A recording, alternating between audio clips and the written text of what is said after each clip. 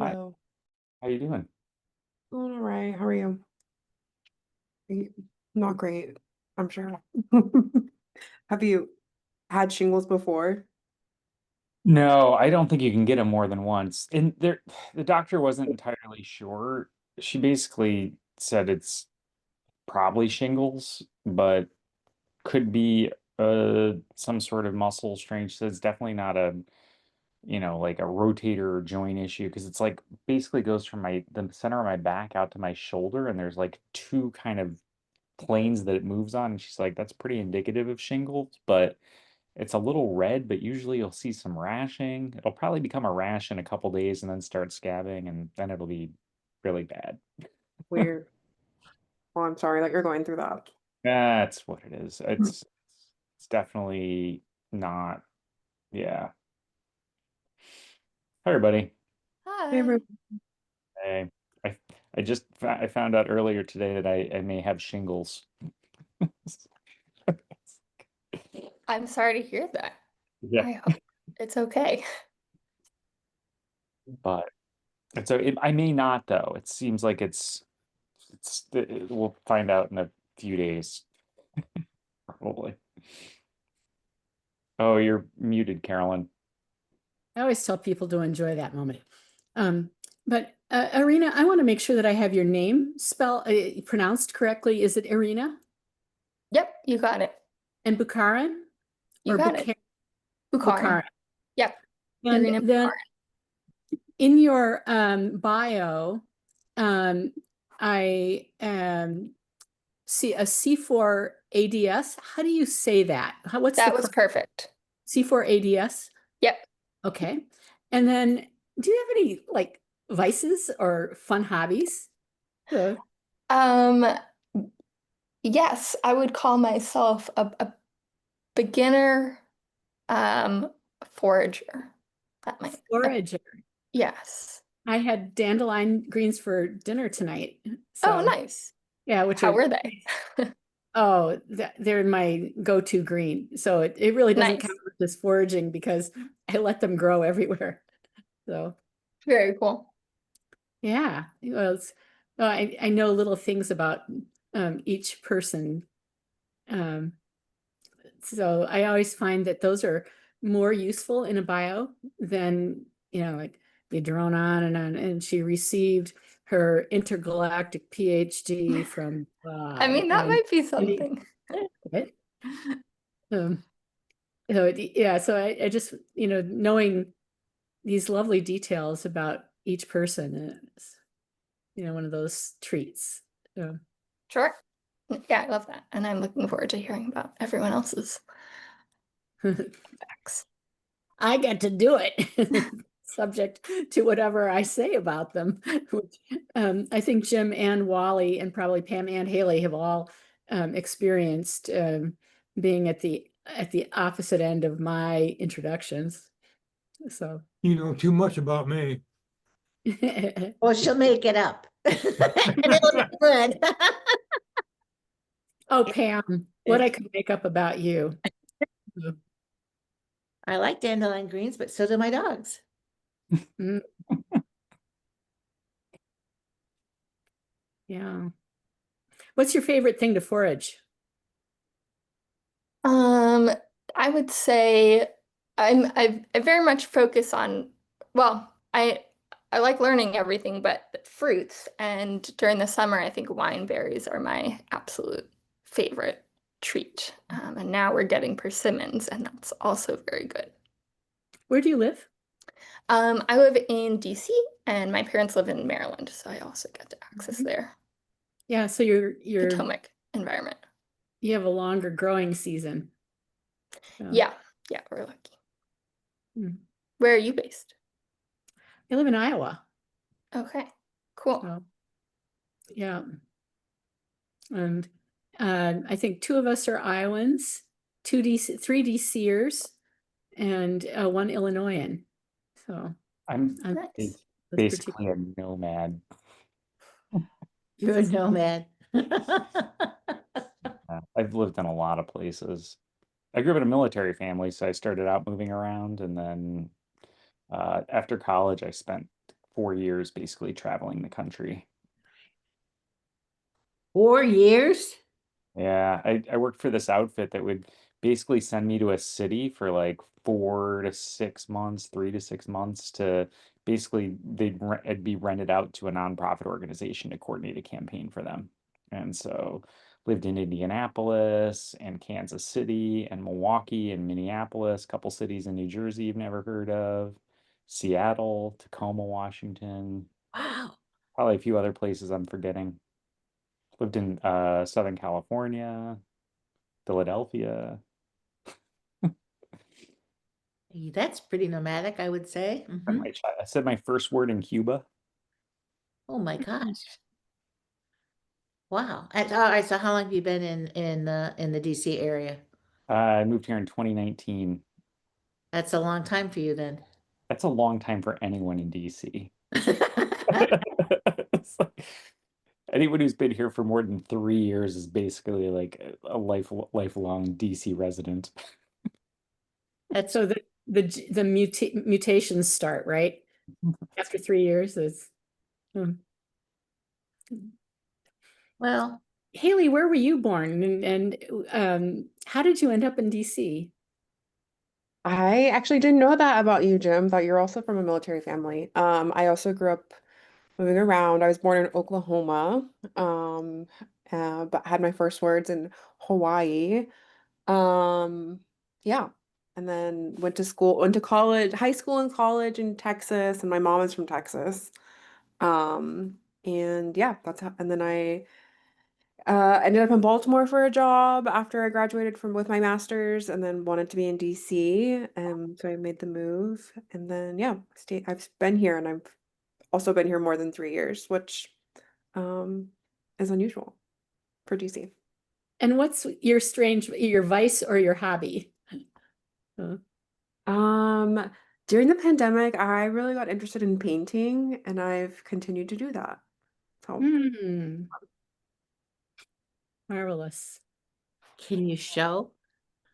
I actually don't have anything. Oh, Can I you show next time? Here, I'll show Yeah. something. We're gonna have to require everybody that comes on, the 15 minutes early, you have to show and tell. Oh my gosh, you did that. Yeah. Wonderful. Wow. That's really amazing. It is really amazing. His name's Luca. And I'm gonna say that's someone who's living with you, yeah? Yeah. Uh-huh. Wonderful. Wally, this group doesn't know all of your marvelous skills. You should have a chance to tell what you'd like to tell about yourself rather than have me share all the things that I think are so wonderful. I play music. I play the mandolin, the guitar, and the banjo. Wow. And I like to kayak and hike and backpack. In fact, my wife and I were in South Carolina a week or so ago in a new national park. It's called Congaree National Park. And we were kayaking, and we rented kayaks from an outfitter there. And they were kayaks we weren't used to. They were more narrow and round on the bottom. And when I got off the dock, the kayak tipped over and I was in the water. Hmm. Oh my gosh. Oh my gosh. Well, Wally has played his banjo in my living room. So, My goodness. and Pam, what about you? Is there something? Well, I'm just going to piggyback off of Wally's story because I think it's kind of funny. So we love to kayak, and we have a national scenic river here, 32 miles away. That when it's running, it's got some rapids and some action. And we did it on in a canoe once long ago and far away. And we thought we were going to die. Shouldn't have been on that river. It was in flood, so you can't go on it if it's over 3.5 feet deep, which sounds kind of weird, right? But at any rate, to your point, Wally, we have kayaks just like you rounded yourself out of. And we took lessons to figure out how to, if you fall over and you got the spray skirt on, how do you get out of it? So we are in Freshwater Lake in Wisconsin, and we're going to practice. And so we round the bend to this beach, and I, in my inimitable way, say, "Don't worry, we're going to fall out of these kayaks and everything's going to be fine." So everybody walks to the edge to watch us fall out and rescue each other, which is pretty darn embarrassing. So it's not easy. I can fall out, I can't get back in. I'm really good at falling out, though. Just, you know, And not the kayak. regarding the banjo, I took an old African American spiritual called "We Shall Not Be Moved," Oh, I love that. and I put some words to it to go with our pipeline fight. Are you going to sing it tonight? Huh? Are you going to sing it tonight? I don't have my banjo. Oh, Wally, Haley and Jim, this was on your watch. So you were supposed to organize this so that we had like I music. think that'd be great. I think people get into that and, you know, I mean, singing along on Zoom doesn't work all that well, but people can be on mute and sing along. But, Yeah. oh my gosh. Well, we're getting ready to start, and I want to thank you all for being here and coming in early and being ready to do the work of the angels. So, yeah. So a technical question first. Haley, there's this form I'm supposed to have that I don't seem to know where it is, but Lan does. What did I miss? I assume you'll be putting it in the chat. I can copy it from that. Okay. Yes, Great. I can, and here, I can just put it in the chat right now too. Okay. Thank you for that. Because he's like, "I know you got it." I said, "Okay." And we're for the supposed to have- breakouts, I assume we have our own little breakout room, so to speak. Is that how that works? Sorry, yeah. I can't find my unmute. And I just interrupted someone. Go ahead, whoever I interrupted. Wally was asking how the breakout rooms work. So breakout rooms are going to be at the end of the webinar or the end of the presentation, after the presentations, Mhm. and we'll be breaking it by region so that folks can have a chance to strategize together. But And we each get our own little breakout room away from everybody else. no, you'll present to the entire group. Oh, okay, okay. that okay to I've you? been in some webinars where they can do that. They can put you in a holding room or whatever you want to call it. Whatever, like Yeah, Yeah. yeah, we'll be go into little side groups of like a few people, and so they'll be divided up. Yeah, yeah, that'll happen. And then there's a form that we're supposed to have everybody fill out. in the breakout rooms, if they're a commitment to whatever action they want to take. Okay.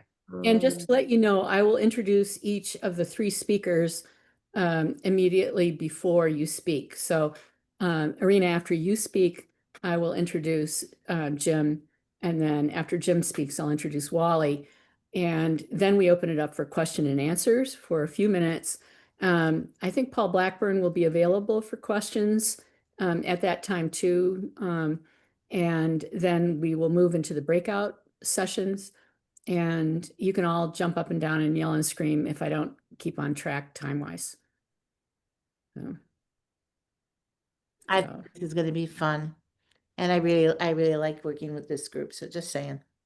And Carolyn, you are about the best moderator everywhere, and anywhere in the world that I've ever worked with. Although Jim, you did really well yesterday, I gotta say, with the fun part. We had a fun meeting yesterday. Fun Don't is, get used to it. I won't. You're fun. well, It's all good. and Haley, you're the one who pretty much planned the whole workshop, right? With everyone's ideas, but that's okay. But thank you. for We're blaming you for all of this. Yeah, please blame me.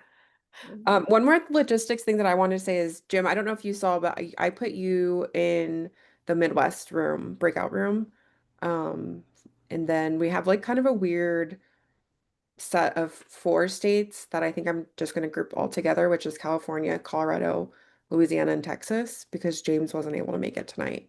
And there wasn't anyone else from the Gulf Coast that could. And you want me to do, no, somebody else. We're going do to it. take those 4. Yeah, Okay. And then I'm going to be just in the Midwest group, not the Illinois, Indiana group. correct. We'd love to have you, but we don't need you. BJ will be kind of East Coast and DJ Pennsylvania. can't make it. Did you not DJ see her signal? They No. registered. Well, DJ For internet. internet went out. Oh, I just noticed before walking upstairs. You can put me in with those East Coasters.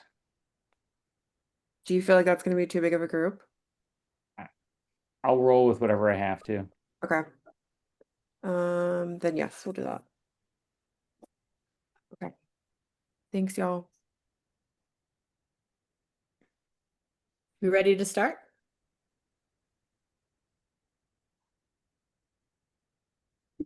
I'll admit everyone.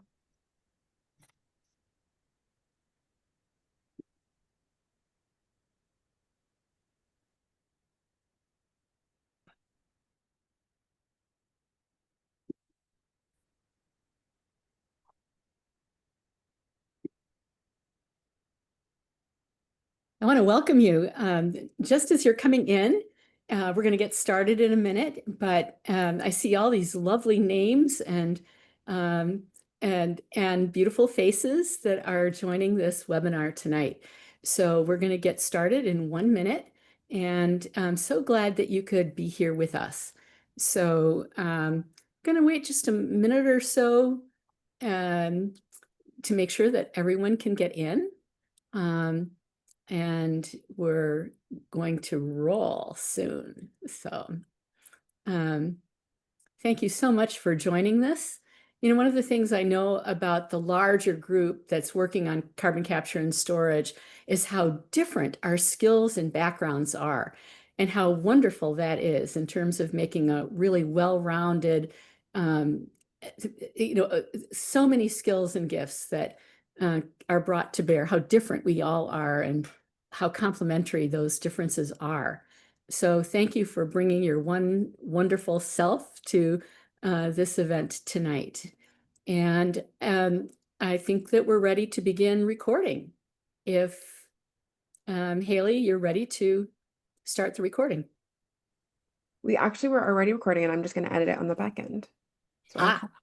So all those things were actually on the tape already, and your names rolling in as you joined the webinar. So great to have you all. So what are we going to do tonight? You know, we're going to map out the current state of carbon capture and storage, the whole landscape, but particularly the major features of the Senate pipeline and safety legislation and a federal court case that has just huge implications for our work. So I'm going to start with that Senate bill, which is known as the Pipeline Safety Act of 2025, and it's passed the Senate Commerce Committee. And that's the beginning of the labyrinthine process of getting legislation passed by Congress. But you know what? We've already had a significant impact on that legislation and on the committee hearing and vote because of you, because of us. You know that we sent over 1,300 emails. We made over 600 phone calls to senators' offices, and we met with key Senate offices. That's huge. That's just huge. We were able to get the hearing postponed. We kept out a particularly ugly criminalization of pipeline opposition, and we're not done yet. The reason is that legislation is grossly insufficient for 3 reasons. First, the pipeline safety measures are just woefully inadequate. They don't even possibly acknowledge what we do know about what is needed to guarantee the safety of CO2 pipelines. Second, it doesn't recognize the right and responsibility of local communities to make safety decisions about siting. And third, it lets pipeline companies keep secret important safety information. That's just unconscionable. We can't do that. This legislation must be improved to address those key issues. But that legislation is only one part of the jigsaw puzzle that, if it's put together the way industry wants, our homes and communities and property will be in jeopardy. So we have this federal court case that issued a decision about Iowa counties and their power to make safety decisions about siting. You're going to hear about that case and why it makes the Pipeline Safety Act and the kinds of things that we're trying to get introduced into it even more important. So what I'm going to do is I'm going to turn to our panel, and we have 3 people who are going to share their insights and their brilliance with us. And we're going to start that panel with Irina Bukharin, who's going to talk about the implications of the criminalization amendment that was at first included in that Pipeline Safety Act draft legislation, and why we need to stay on our toes. That amendment was diabolical in that it would have made someone just trying to defend their home or their property, showing up at hearings and opposing these pipelines, it could have criminalized that kind of very simple behavior. That's our innate right to protect our homes and our communities from really bad hazards. Irina is the policy advisor on the advocacy and campaigns team at Earthrights, which is an international environmental and human rights nonprofit. She formerly worked as the program director of human security at C4ADS, where she led the organization's human rights portfolio. While at C4ADS, she investigated and reported on forced labor in the fishing sector, the Uyghur genocide, the Myanmar junta, among other topics. Irina holds an MA in Global Environmental Policy from American University and a BA in Political Science from Swarthmore College. But one of the fun things about Irina is that she is a forager. She is learning how to go out into the woods and the prairies and find food. What a wonderful skill to have in this day and age. Irina, welcome. So we're so glad that you're here. Thank you, Carolyn, and thank you everyone for being here. I hope that you can also find good food where you are. We are currently in season for persimmons and just said goodbye to pawpaws in the DMV. But today, on slightly less jolly news, I am here to talk about this pipeline bill and specifically its implications for criminalization of opposition to pipelines, whether they be carbon capture pipelines, oil and gas, and then it really also has ramifications for broader community input on infrastructure projects. So I'm going to be diving in sort of deep, technically, quickly though, into a specific amendment proposed by Senator Sheehy, which basically sought to create federal felony charges for, and I quote, disrupting or preventing the operation or construction of a pipeline. However, as I go deep into this one amendment, keep in mind that this single amendment is really encompassing and is part of a broader effort at both the federal and state level to criminalize pipeline and infrastructure opposition. So this amendment is one of several in both the House and Senate that sought to create federal felony charges for pipeline opposition. And as we see it go further in the Senate and House, we expect to have similar amendments be proposed to be added or worked in through negotiation. And then at the state level, around 20 states have already passed or are considering harsh penalties for infrastructure opposition at the state level. So this one amendment is kind of a potential roadmap of some of the threats that we see when we're talking about community involvement in and opposition to pipeline and infrastructure projects.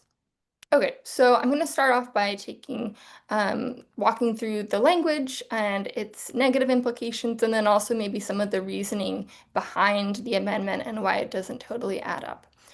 So, disrupting and preventing the operation or construction of a pipeline. As you can probably tell, disrupting and preventing, those are very vague terms. They're not defined language in US law. And they can encompass almost any opposition activity, including First Amendment protected activities. So that could be landowners opposing eminent domain action, community members seeking additional health and safety requirements, even just the baseline ones that are already required in their communities, local governments seeking to enforce easement or insurance regulations, or environmental or indigenous groups' peaceful protest. And I name all of those things not to fearmonger, but because all of those groups have been targeted by pipeline companies every which way that they can to tamp down on that opposition. And if this amendment were to be passed, the ramifications would be felt. All of those activities that I just ran through are legal. Some are prevented by Americans' universal right to free speech under the First Amendment. And so this proposed amendment to the Pipeline Safety Act threatens that right.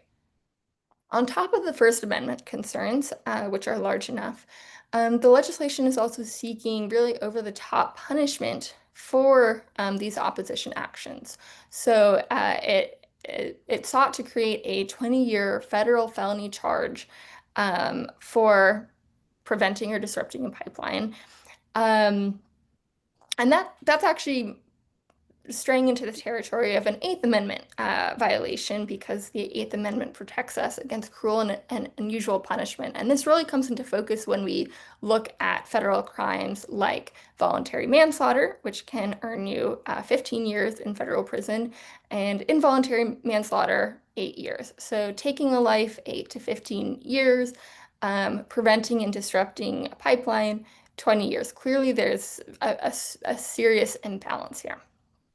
Okay, so the legislation is poorly thought out, but at the core of it, poorly thought out and dangerous. But why was it proposed? Obviously, there is an intention here, and the intention is fairly straightforward: to stop crime and ensure safety. So I want to talk through those aspects of pipeline opposition and how effective the bill would actually be in addressing crime and safety at pipeline sites. Okay, stopping crime. I think we can all agree it's important that dangerous activity at pipeline sites is limited because there are these really high and serious health and safety risks. That being said, any actual crimes the bill is trying to address are already crimes at the state level, the federal level, or both. So, if we think about, if preventing and disrupting a pipeline, the stronger, more violent aspects of that could theoretically encompass, like damaging a pipeline or equipment, or even, causing violence to another person at the pipeline site. All of those are universally covered by laws against trespass, property damage, and then, of course, against violence aimed at other people. And so this amendment isn't solving a real issue. It's really just encroaching that step against communities, landowners who are opposing or trying to have input on pipelines. And it also kind of bolsters this common framing that we see of pipeline opponents, concerned citizens as criminals, which, is sort of similar to how pipeline companies often don't share safety information because of the risk that sharing safety information would pose for terrorism, when really sharing safety information serves to make everyone more safe. However, let's talk a little bit more about safety. So we took a look at all of the amendments that this legislation could cover, and found that none of the additional activities criminalized by this legislation have ever caused injuries or deaths, ever. While pipeline operator incidents hurt or kill dozens of people each year. So federal data shows that in 2025 so far, pipeline accidents have caused 8 deaths and 19 injuries.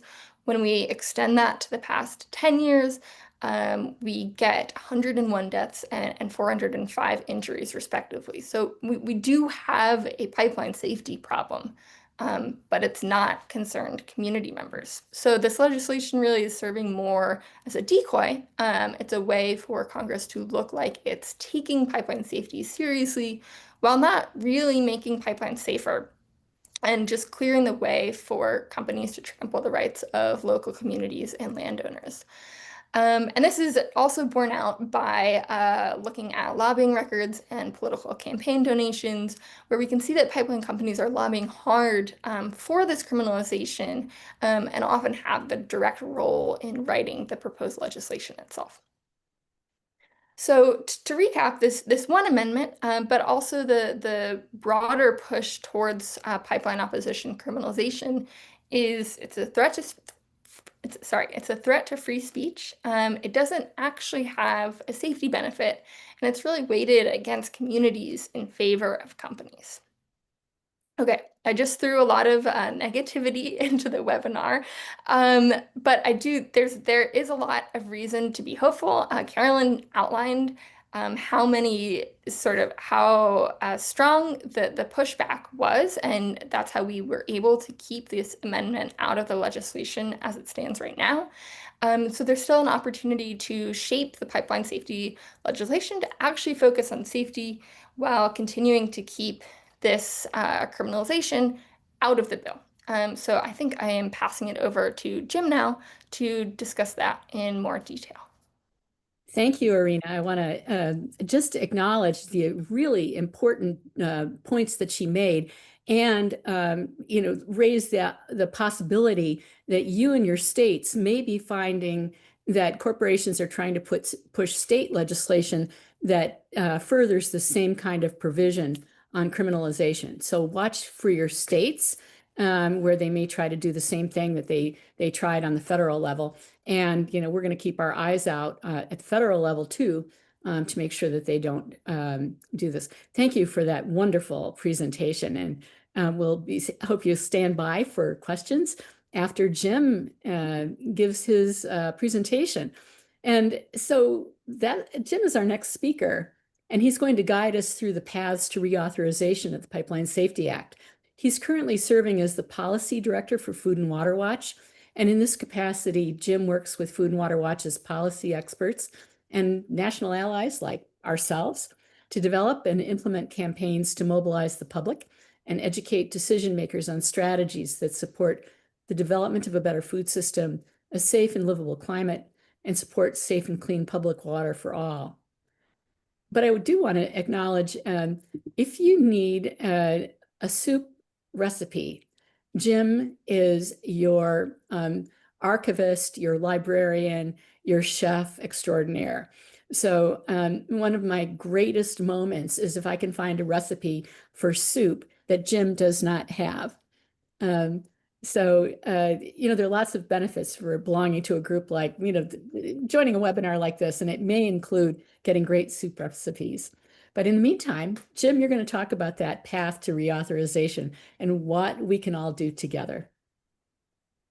Thank you so much. And, thank you, Irina, and thank you everybody who's been here. Thank you, Carolyn, for that introduction. It's really amazing what we've been able to accomplish together with all of you, and particularly with building a strong organized opposition around the country where people are working on local site fights where you're fighting these pipelines, but then coming together with people around the country to actually influence the things that are happening around us together. And I want to talk a little bit about kind of some of the more specifics of what we saw in these pipeline bills, because the House Committee on Transportation Infrastructure passed a pipeline safety bill, and the Senate Commerce Committee passed a pipeline safety bill, which are different bills. And I want to outline kind of a little bit about what's in those bills and what's not in those bills, and what needs to be there. And then we'll talk about like the process that's going to go through. But if we look at what's in the Senate bill, they require an assessment of material and safety report to be done. So essentially looking at what are the materials we're using to build pipelines and what is the safety assessment? Are those materials actually safe? Which is a good question to ask. It gives PHMSA the ability, if they decide to it may update geological hazard standards. And they also must create CO2 safety standards specifically covering all phases of CO2. And I want to talk about that in a second, but hold that there. That's pretty significant that they actually need to do that, because the Biden administration earlier this year had actually released those rules, and they've been sitting there on a shelf, and we're hopeful that we may actually get some rules. But what the legislation doesn't do is actually put a lot of teeth in what those rules are. It leaves a lot of discretion up to PHMSA, and it allows them specifically to use industry standards for their own rules. And we know the industry standards are not adequate. And it also says in the Senate bill that industry must provide safety data to tribes, first responders, and local governments. It doesn't have to be made public, but it does have to be provided to those institutions under the Senate bill, which is different, where the House bill actually says that the secretary must do that. And we'll talk a little about the House bill as we go to the next slide. And so the House bill creates a distinct regulatory category for CO2 pipelines.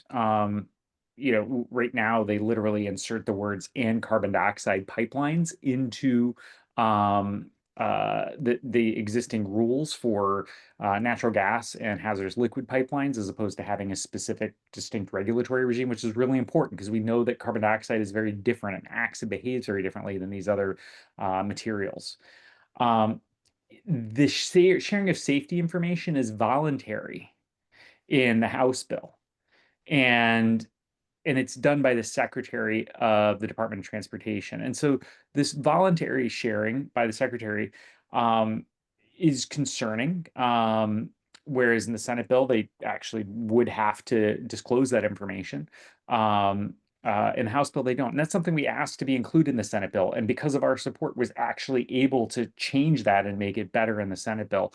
And it not being just from the Secretary, but actually the industry providing that information, which is critical because the Secretary only has the information that came from the pipeline companies. And the pipeline companies might have other information that they could potentially provide to communities that if it's the Secretary is the one holding that decision and the information, you would thereby automatically limit what would be going. Even if the Secretary wanted to give everything they had, there still might be other things that the industry has. And then PHMSA must create CO2 safety regulations, also something that's in the Senate bill. But one of the things I want to hold up there is that in these bills, they lack a lot of specific direction to what needs to be in those bills or in those safety regulations and safety rules.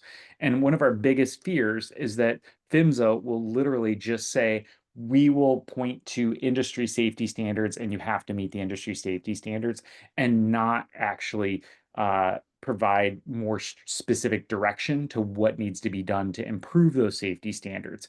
And this, from a just general like democracy standpoint, is concerning, right? That we don't actually have our government actually listening to people coming together and deciding things. The industry would just get to decide what safe is, and by statute, you then would have that ability to that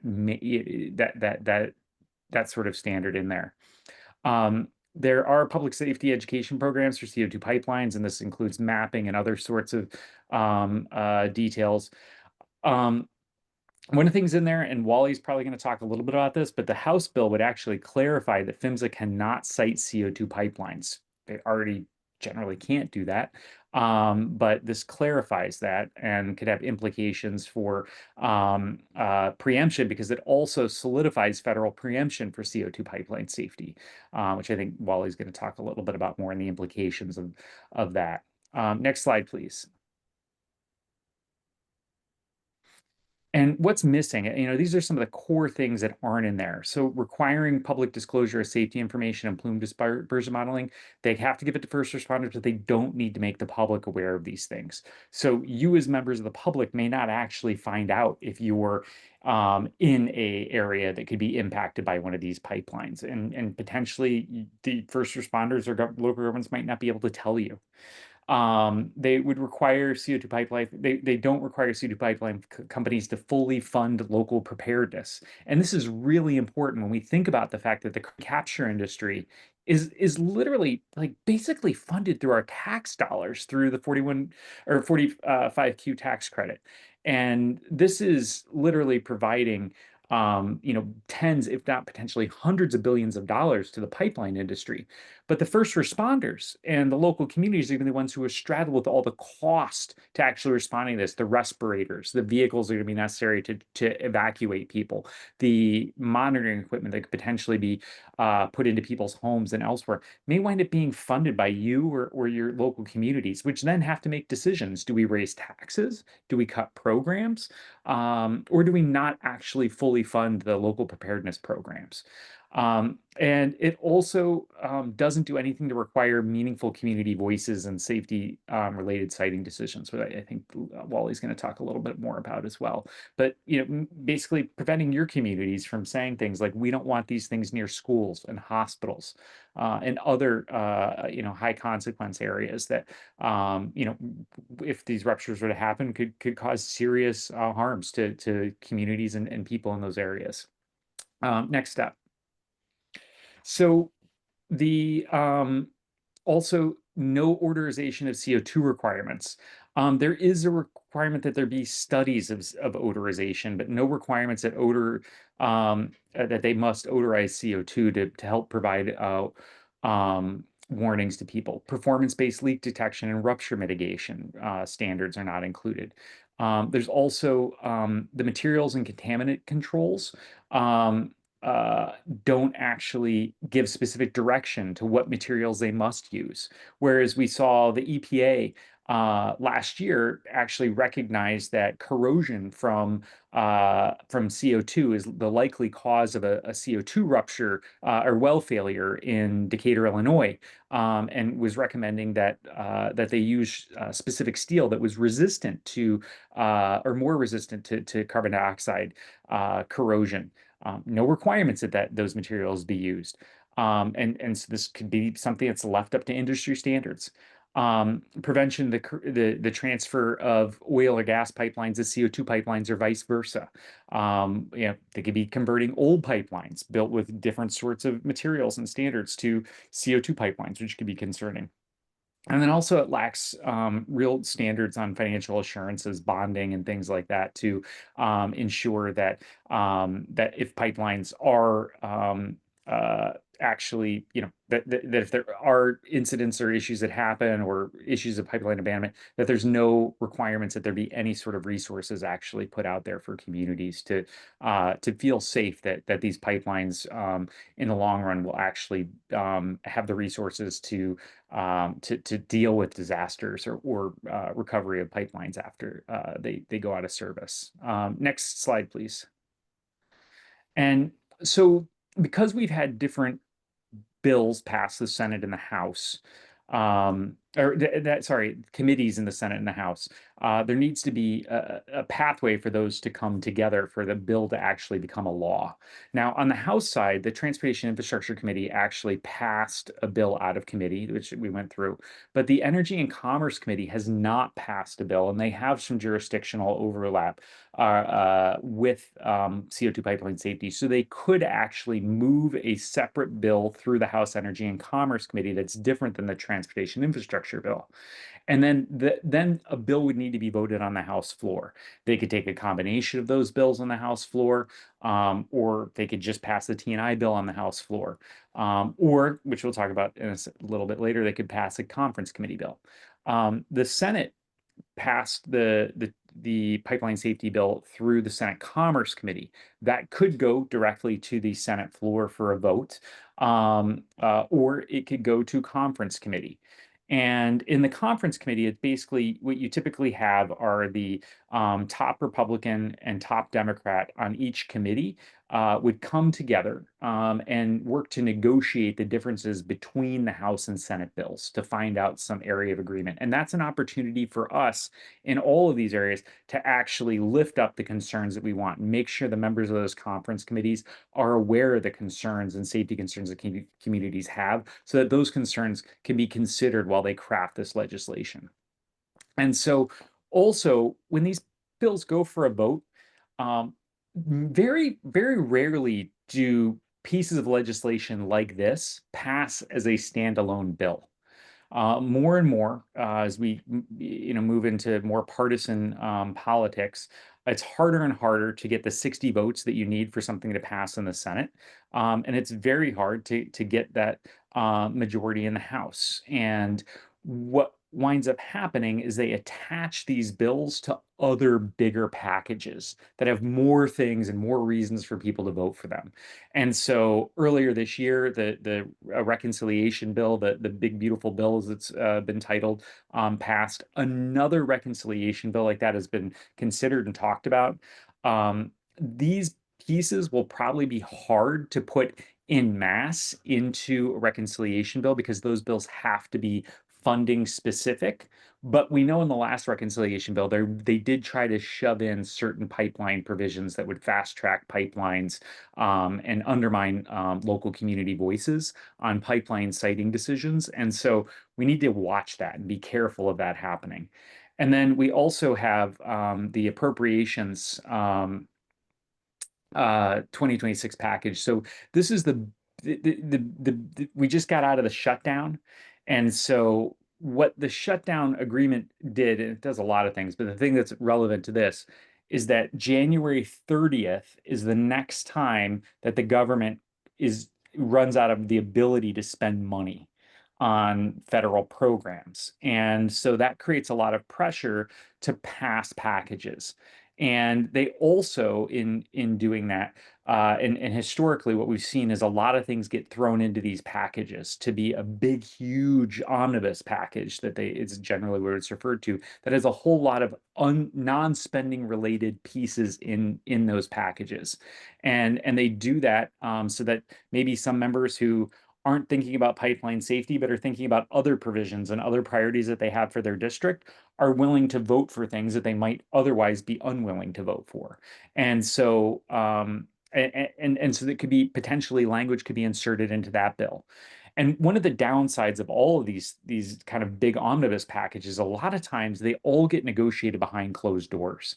And so we're not going to have visibility and knowledge potentially of what's actually being negotiated and what's coming out. And what we see happen is kind of what happened with this reconciliation or this deal to shut down the government, is that the language was released very quickly before the public had time to evaluate it, before even maybe seemingly many senators and congresspeople had an opportunity to evaluate it.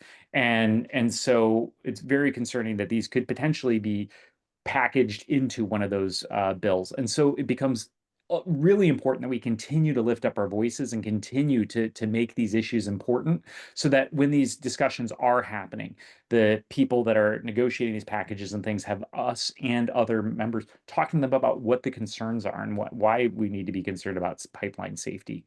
And there's also a technology package that is being pulled together, and another package on permitting reform. And sorry, I didn't put permitting reform in here, but these are two packages that could also include pipeline safety legislation potentially, which will be kind of much larger packages that may pass outside of the appropriations package, or potentially could be tucked in together into the appropriations package expiring January 30th. And so as of right now, we haven't seen a conference committee come together on this bill. Usually that happens after the House and Senate pass their own bills, but there's no requirement the House and Senate need to pass their own bills. They could just take language and include it into one of these omnibus bills. But if they do pass something in the House and they do pass something in the Senate, those will also give us opportunities to suggest amendments to those bills that can strengthen the provisions for pipeline safety and get some of the core protections for communities and into those into that legislation as it's moving forward. So that's all I have here on that. And then the next thing is, what can we do? And we're going to go into breakout groups really quick. First and foremost, like, keep meeting with your elected officials. There's been a lot of people meeting with elected officials. When I meet with elected officials, they often tell me I haven't had the chance to actually hear much about this from people. And so the fact that when I hear, like, yes, we've talked to people in the district about that, that means a lot. They remember those meetings more than they do with me and other talking heads in Washington, D.C. Days of action, we're looking at organizing a day of action in December when there could potentially be some movement as we move into the holidays. It's always an opportunity when sometimes bad things happen in Congress, unfortunately, because during the holidays, people are paying attention to other things. And so we need to keep up the pressure during that time and make sure they know we're still paying attention. And then also we're in the process of developing some local resolutions that we want people to take back to their communities, pass in their communities, calling on Congress to do things like get rid of tax credits and subsidies for the carbon capture industry, protect and uphold pipeline safety. And we hope to be rolling those out to you soon. And keep fighting the local pipeline fights. Those matter matter in the districts. Those matter to members of Congress because they know when they see a bunch of people turning out to local meetings about local concerns, they pay attention. So keep fighting those pipelines in the district. And it's exciting because we're winning in a lot of places. And so please keep that fight going. The CO2 pipeline rulemaking is something to potentially start happening in the upcoming year if these bills pass. And there's also adjacent opportunities to pipeline safety. Next year in May, we're expecting regulations on offshore CO2 pipelines to start moving forward in May, which that would essentially kick off probably a multi-year process of how we would essentially inject and store CO2 in the Gulf of Mexico off the coast of the west coast of the United States and the eastern coast of the United States. Congressional letters. We're in the process of working with some congressional offices right now and working to get some letters going to raise questions with the industries, to raise questions of various agencies about what they're doing to address major safety and data gaps within the CO2 industry as a whole. And then there's also secretary budget hearings. So every year, all of the secretaries come to Congress to talk about their budgets. Also an opportunity for us to ask questions in those committees. And so we're working with members on those core committees to make sure that we're getting questions asked during those hearings next year. And then also just kind of that reconciliation 2.0 package that I talked about, probably not comprehensive pipeline safety rules, but could be pieces put in there that would really undermine local control for CO2 pipelines like we saw potentially tried in the last reconciliation bill. So thank you very much. And yeah, I'll yield my time back. What a powerhouse of information you are. What a joy it is to have you on the team. And our last speaker, before we have some question and answers, is going to be Wally Taylor. And what I wanted to invite you to do is put questions, as Susan is doing, in the chat, and we will have some time to address those. But before we move into that, I want to introduce my friend, Wally Taylor, who's going to talk about the implications of the federal court case that was decided in the Eighth Circuit. So what does this decision mean for the reauthorization of the Pipeline Safety Act? And what do we need to do about that? So Wally is a graduate of Drake Law School and has practiced environmental law for 40 years in cases involving water quality and air quality issues, land use issues, and nuclear power issues. He currently represents the Sierra Club in challenging the carbon capture and sequestration pipelines, and previously in challenging the Dakota Access crude oil pipeline. You know, though, some of my favorite things about Wally is what he does in his spare time. And he is a wonderful musician, plays banjo, mandolin, and guitar. And so making music enlivens the whole movement and our work, makes it much more bearable to sing as we work together. And then, as I said, following Wally's presentation, we're going to open the floor for questions. We have some other experts on tap, Paul Blackburn included, who's equipped to fill in some of the additional details on the subject at hand. But I want to welcome Wally to speak and to address the group on, do a deep dive into the federal court case. I'm not sure how deep, but I'll try not to get too legal. I feel like here in Iowa, we are at the epicenter of the CO2 pipeline fight. At one point, we had 3 companies that wanted to build pipelines here in Iowa. We got rid of 2 of them, but one of them is still hanging on, the Summit Pipeline. And thanks to the Sierra Club's organizer that we have in Iowa, we have developed a real statewide resistance to these pipelines. And part of that included a number of counties who have adopted ordinances, land use and zoning ordinances, to try to protect their citizens and their land from these pipelines. And these ordinances had several aspects, but the one that really, I think, was the one that the pipeline companies really didn't like were setback requirements. Setback distances from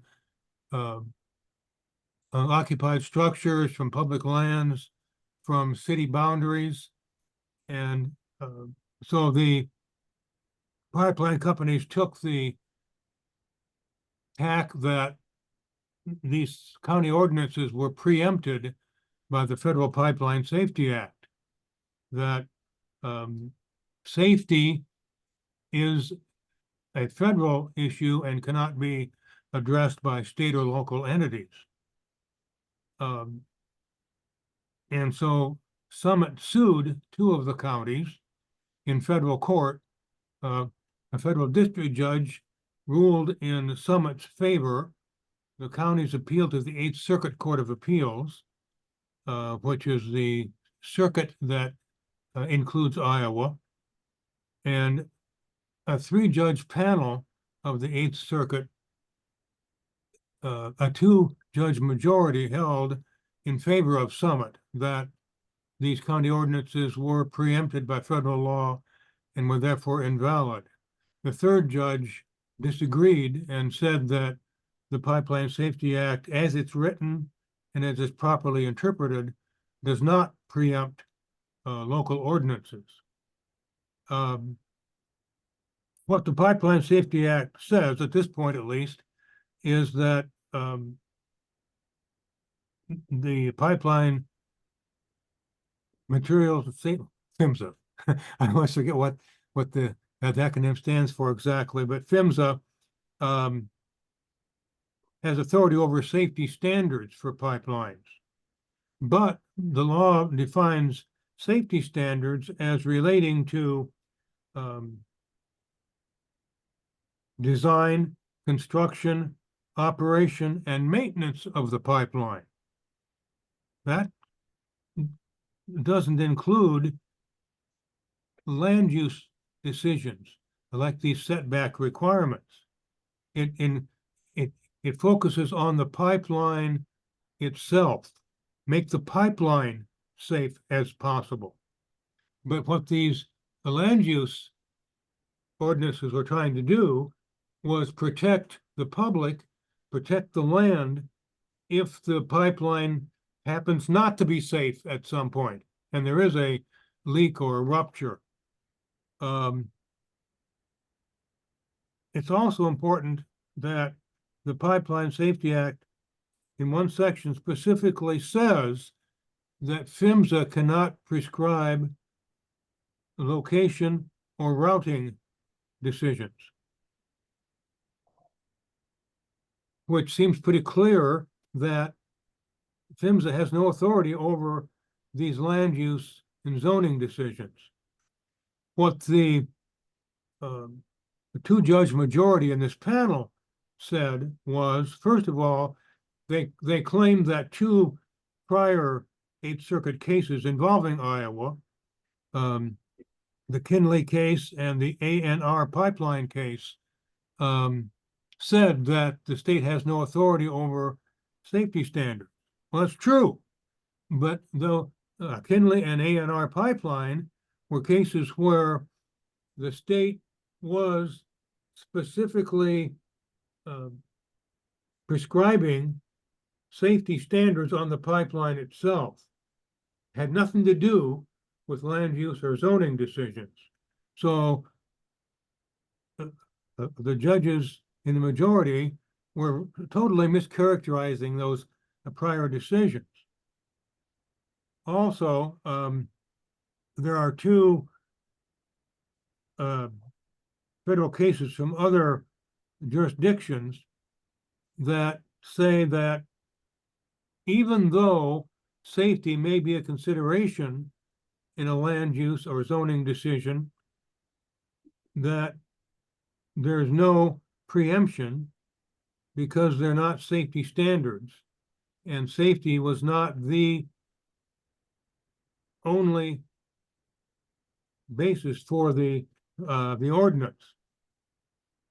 What the two-judge majority said in the Eighth Circuit case was that what they tried to distinguish those two cases from the Iowa cases by saying that in the Texas midstream case and the Washington Gaslight case, which were the ones from the other jurisdictions, the safety aspect was a minor consideration. But that isn't what those cases necessarily held. And the Iowa ordinances were clear that although safety was a consideration, they were exercising, the counties were exercising their usual and justified role in making land use decisions. The third judge on that panel dissented and disagreed and said that she thought it was pretty clear that the Pipeline Safety Act didn't preempt county ordinances, land use ordinances, even if safety was a consideration. So even though it seems to any logical observer that the current Pipeline Safety Act is pretty clear that the PHMSA has jurisdiction only over safety standards on the pipeline or the construction of the pipeline itself, and that PHMSA cannot prescribe land use decisions. And in this case, PHMSA was not prescribing the land use decisions, the counties were. So the counties have now sought what we call certiorari from the U.S. Supreme Court. They filed a petition asking the Supreme Court to take the case and resolve this issue. Hopefully, the court will take the case and eventually do the right thing. The Supreme Court doesn't have to take every case that's presented to it. In fact, they take only about 1% of the cases, especially if Donald Trump is one of the parties, I guess. So hopefully the court will take that case. But in terms of what we're talking about tonight, for any changes in the Pipeline Safety Act, I would suggest, and it sounds like maybe the House version that Jim was talking about does make it really clear that state and local land use decisions are not preempted by the Pipeline Safety Act, even if safety is a consideration or even a major consideration, because safety is a proper aspect of zoning decisions. So that's what I would suggest that we look to in reauthorizing the Pipeline Safety Act. Make clear that local and state decisions regarding location and siting of pipelines and safety considerations are not preempted by the Pipeline Safety Act. So we're still fighting the Summit Pipeline, and they haven't given up yet, so we haven't either. So. Thank you so much, Wally. I've had the good fortune of working with Wally since 2014 on pipelines, and he's actually the reason I'm sitting here before you. So I didn't introduce myself before, and I'll take this opportunity to tell you that I'm Carolyn Raffensperger, and I work for the Science and Environmental Health Network. And I'm giving that chance by saying my very long name and organization's name to give you a chance to gather your questions and share them with the group. And Haley Duncan, I want to thank you as well in this moment of housekeeping for your fabulous organization of this webinar, all the things that you did to make it smooth and to make sure that we all had what we needed to participate as effectively as we could. And Haley, it's wonderful to work with you. So thank you for this, the contributions that you're making to our larger movement. So the floor is open for questions, and I see a number of them here. The first question that I saw is, can oil and gas pipelines be retrofitted to be safe for CO2? Paul Blackburn, would you like to take that question? Sure, I did write a response to that in the chat, so people can read that. And the basic answer is that there are always risks when converting a pipeline from one service, like CO2 service, or from oil and gas, natural gas service to CO2 service. For example, certain materials may be compatible with oil or natural gas, but incompatible with CO2. Gaskets, certain kinds of composite components and other kinds of materials that can be dissolved by CO2, but not dissolved by oil or gas. There can be problems with the steel, and it's a little bit like taking a used car and figuring out whether it's safe. Well, you can certainly put a lot of money into a used car and make it safe, right? It may not have all the features that a modern car has in terms of safety. It may not have all the airbags. It may not have, those kind of right kind of engineering and crush zones or whatever. But you can make it as safe as it can inherently be. But that depends on the company's commitment to make it safe. And there's not necessarily, and also whether there's any standards for making it safe. And unfortunately, PHMSA's standards for converting pipelines are very vague and essentially leave it up to the industry to decide what steps to take when they convert a pipeline to ensure it's safe. And the regulations proposed by the Biden administration included more standards for conversions of pipelines, but the new the statute doesn't include anything like doesn't include adequate standards for conversion. So, yeah. So I hope that answers the question. I mean, depends what you mean by safe. Depends what you mean by how safe. And certainly more could be done because there's essentially it's up to the industry now to decide what to do when they convert. We have another question from Linda, who says that Energy Transfer is suing the Pipeline Hazardous Materials Safety Administration, asking a judge to declare the agency's in-house enforcement system unconstitutional. What bearing would this have on carbon capture and storage? Paul, you might be the best person to answer that one as well. I hadn't heard about that suit, so I really can't speak to it. Wally, do you have any sense of what's going on with that? Have you heard about that? I think what they're getting at is there was a U.S. Supreme Court case, I think last year, that dealt with, I think it was a series of the Securities and Exchange Commission, where the court said that the agency's internal contested case proceeding, where they were able to levy fines or penalties, was unconstitutional because if a fine or penalty is levied, it should be done by an actual court and not an agency adjudicatory proceeding. I think maybe that's what the questioner is getting at. Thank you. Jim, perhaps you could take the question about whether there's any legislation coming on data center siting and permitting that might impact CCS. Yeah, there's two big packages that are coming together and have been coming together behind the scenes for quite a while in Congress. And even while the shutdown was going on, there were a lot of negotiations about these.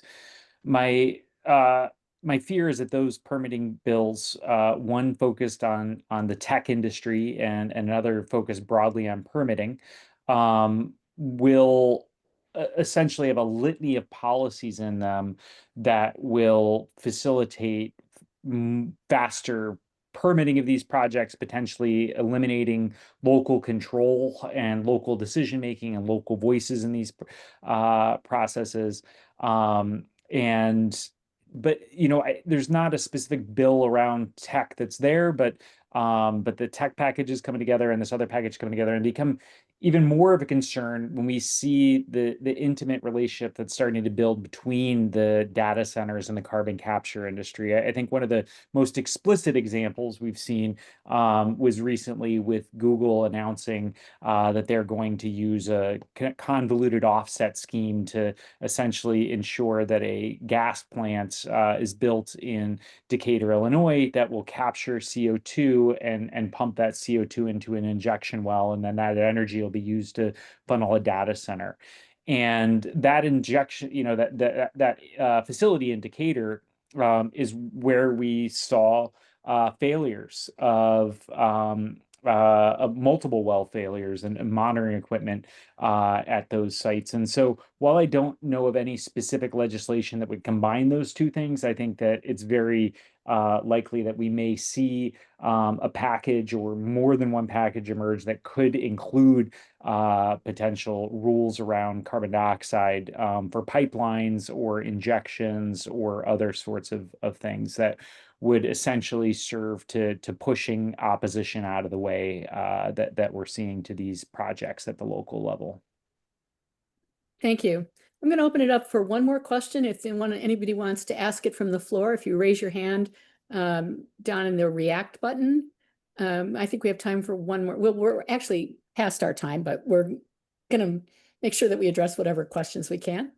Anybody have one last question? Seeing none. Haley, would you like to describe the small group process? We're going to break into small groups based on area or region of the country that you're in, and brainstorm and work together to think about what's happening. What can we do in Decatur? There's an Illinois small group. So Haley, would you like to tell us what we're going to do now and how this is going to work? Yes, happy to. So we are going to break up into 3 different rooms based on the region of the country that you're in, with one small caveat that we had to combine the Gulf Coast and West Coast breakout rooms. So we're going to be having a bit of a more creative conversation between those 2 coasts together, but I'm confident that we can do it because I'm leading that group. But we're also going to have Pam and Leon, who are going to have the Illinois and Indiana folks, which are, give yourself a round of applause, the by far largest breakout room for tonight. Super excited to hear what comes out of your conversation.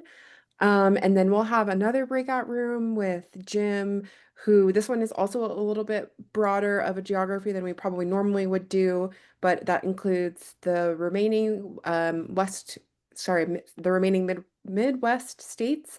So Iowa, Minnesota, Montana, Nebraska, etc., and as well as the Mid-Atlantic states, so North Carolina, Pennsylvania, Ohio, DC, if we have anyone representing the district tonight.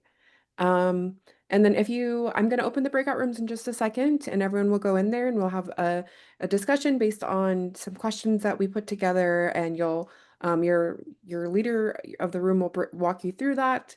And I think that that's all I have to share right now. Your breakout room leader will talk you through the rest. But are there any other burning questions before we open the breakout rooms? And when we come back, I'll be saying goodbye. We will not synthesize it or put you through repeating what you do in your small groups. The leaders will bring that back to the larger group at another time. But ready for the breakout groups. Thank you, Haley. And thank you to Irina and Wally and Jim for your wonderful contributions tonight. Get ready for your breakouts.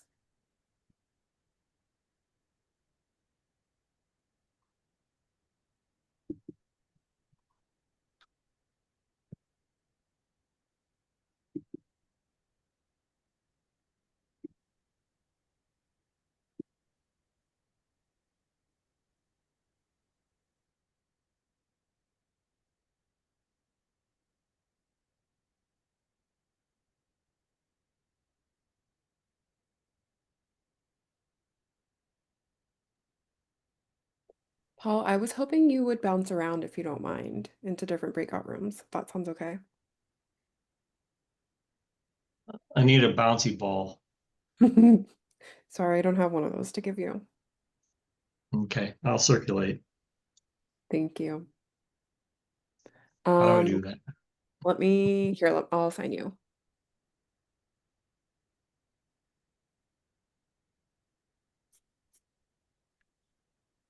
And then I think everyone else should be seeing a button to let yourself in, except for Irina and Wally and Carolyn.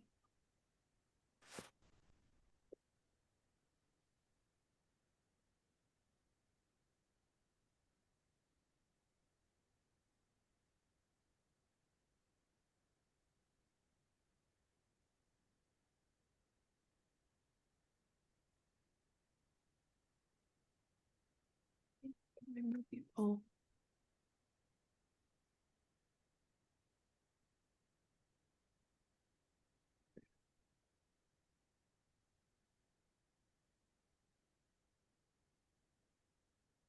For those who haven't gone into a breakout room, would you want to come off mute and tell me what state you're from so that I can assign you?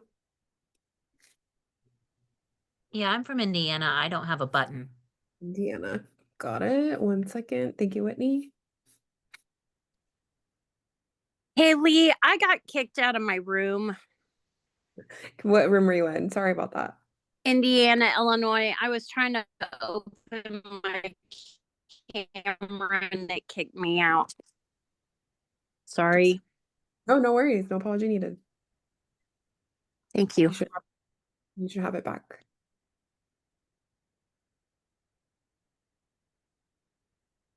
Marilyn, what state are you from? I'm from Illinois, and it Oh, told me Illinois. to go to Pacific, which I am not in Pacific. That is right. 1 second. Let me reassign you.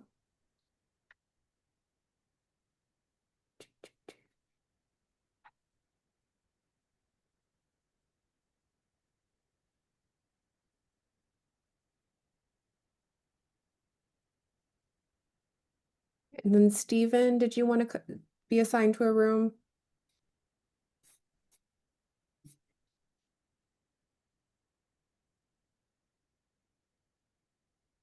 And actually, Carolyn, I'm wondering if I could ask you to jump into or if I could make you a co-host so that you could assign folks as they come and go to breakout rooms. Sure. Thank you. And Stephen, I saw you come off mute. Would you like to share your state? Iowa. Iowa. I will assign you in 1 Go second. Iowa. I'm in Iowa too.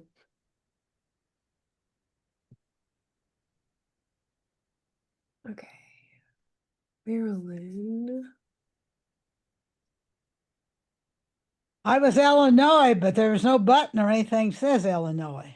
There we go. It keeps not letting me reassign you. There we go. You should have a new one. Okay, I say join now. There you go.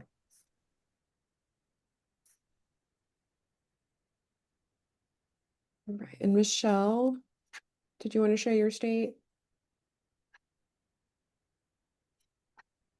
Or Michael, apologies.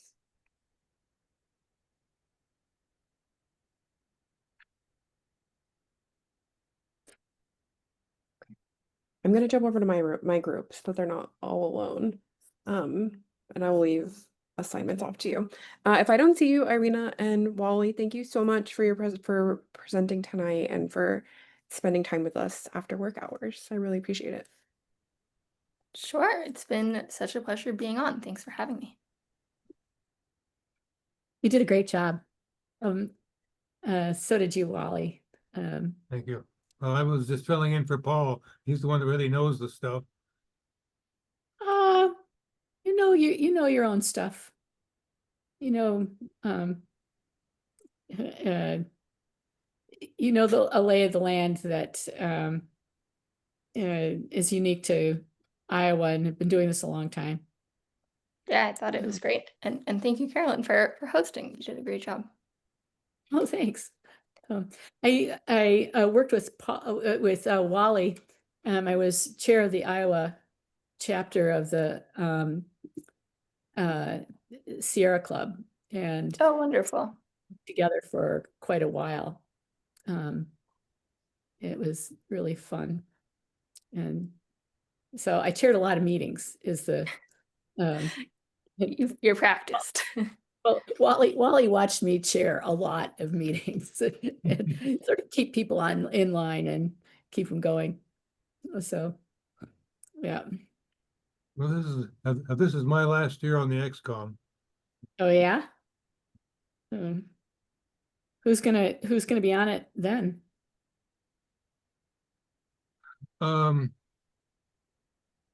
The Greg Nefstad will still be on. He's running again. Randy Clark, who's a retired attorney that worked for the DNR. Jan Hageman, who ran, I think it was for city council in Des Moines, or maybe the Polk County supervisor, one of the two.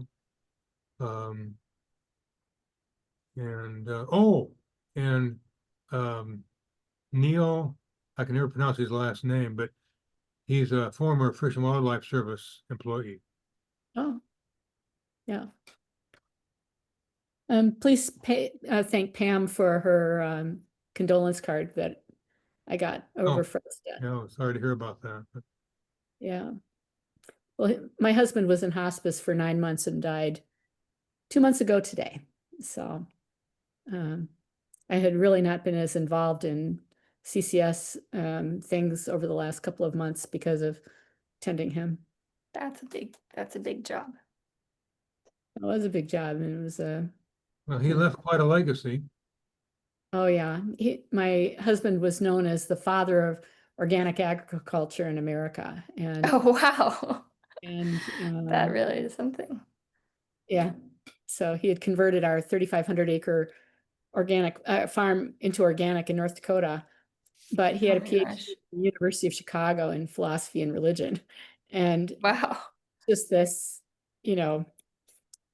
towering figure in terms of his ability to talk, to write, to farm, and he came from a really interesting state. So It's incredible. What was his name? Fred Kirschenmann, Kirschenmann.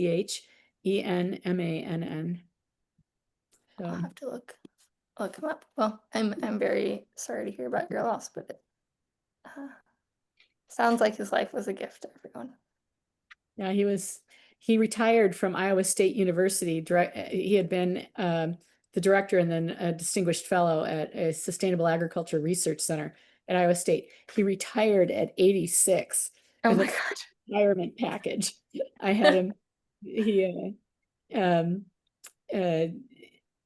I negotiated that early retirement package one of the few times my law background. So, yeah. Very cool. Yeah. And you don't know New York very well, do you? No, my partner used to live there, so I would be up and down, but I wasn't. And he was Not in New president of York. a Rockefeller Center called Stone Barns. Oh, cool. It's Oh, a chef named Dan Barber, who's written a lot about. yeah. No, I do know a little bit about that, and I went to a presentation by I think it was like maybe their executive director at the time or something. Not Dan Barber himself, but Yeah, Dan was one of Fred's very good friends. Stone Bars Cool. was my husband's idea. oh, And very nice. it was Cool. You must be eating good food all the time. we did. We raised it, but then Mhm. he was the first farmer to speak at the Chefs Collaborative. So Mhm. he was very close friends with Alice Waters and Dan Oh, Barber. cool. Yeah, wow. And we were, What a cohort. and he was, when we would go to DC, Nora Pouillon would, yeah, so we had these, we would be leaving the tip, and the tip would be more money than dinner for 50 in North Dakota would have Oh been. my God. It was really quite a wonderful life. Do you do farming or gardening of any sort? 'Cause that's I raised all my own dandelion food in greens. North Dakota, and now I garden. Yeah, Okay. but I devoted myself to self-sufficiency in North Dakota. we had a cattle and we had grain and we had Oh, wow. a huge garden, Yeah. and then I devoted myself to community sufficiency in Iowa. And so nurturing the local food system with CSA, Yeah. farmers markets and all of that. And so it was, quite and because Fred knew everybody, it was, Mhm. or maybe everybody knew Fred, really quite a lovely life. Yeah. No. So what are we doing here? Good. So what are we doing here? Oh, you don't have to stay because we're not going to do much more. If you Okay. want to leave, you may want to go have dinner or leave your office, Wally. Well, I'll tell you what I'm gonna do. Pam is at a meeting right now with the Utilities Commission on Fun. Next Era's plan to restart the Duane Arnold nuclear plant. So Oh, Wow. I'm gonna go out there and see what's happening. oh, good. Well, thank you for being here, and you don't Well, have thanks for neither of you inviting have to me. stay. I said I was just filling in for Paul because he apparently got COVID. Oh, he had COVID he was sick last week. But Yeah. actually, Wally, you weren't just filling in for him. You are bringing your wonderful self to this, and your deeply knowledgeable, long-standing bulldog legal skills to this fight. And so, no, you were here on your own recognizance, not on Paul's coattails. As Okay, well, wonderful as thank you. Paul was. Seriously. So, yeah. We'll be in touch. Thank you, Wally. All right. Thanks for stepping in, doing this. Bye. Bye, Karina? Wally. Are you going to leave too?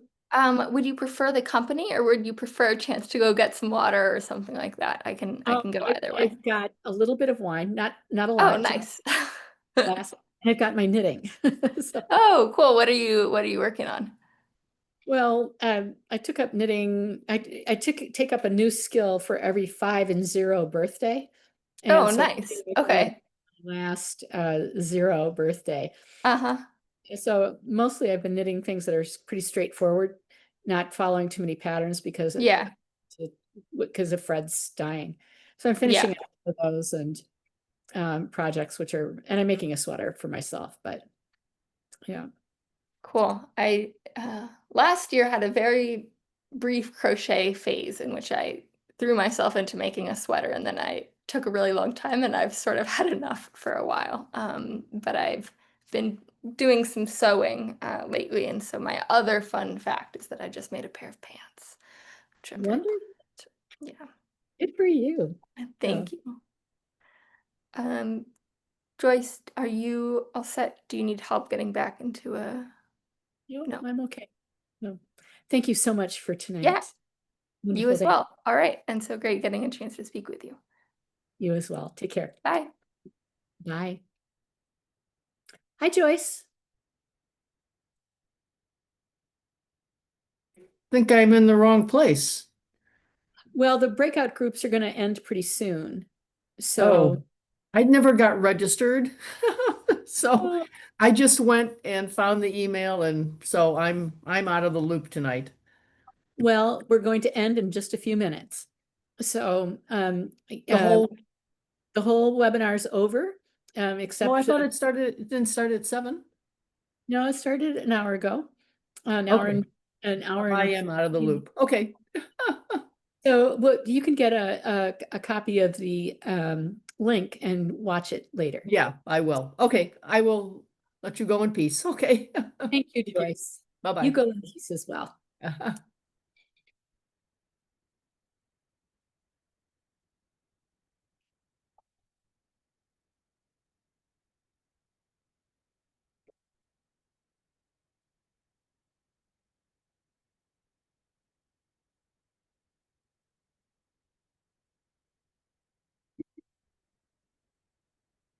Hi, Haley. Hi, Carolyn.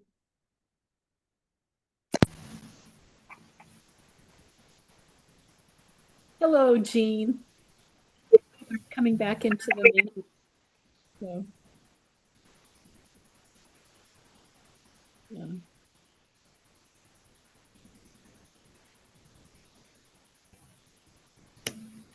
Guess the countdown is almost over for ending the breakout rooms.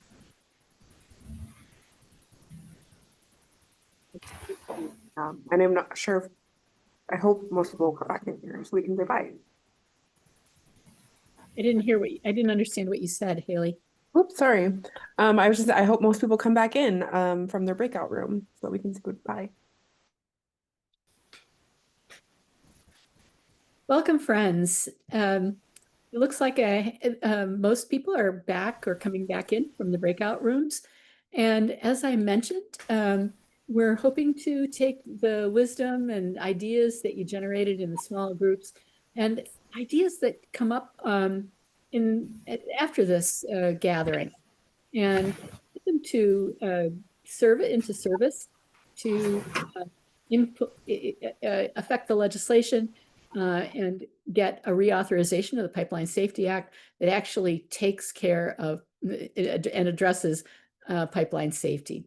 But thank you for your contributions tonight. Thank you to those of you who staffed the breakout rooms. Thank you for all of you for participating. And I hope that you have a wonderful evening and that you are able to take these ideas and make good use of them. So thank you for being here, and we'll see you at the next webinar. See you all later. Thank you. Thank you, Carolyn. Thank you, Carolyn. Thank you, everybody. You're welcome. Thank you. Good night.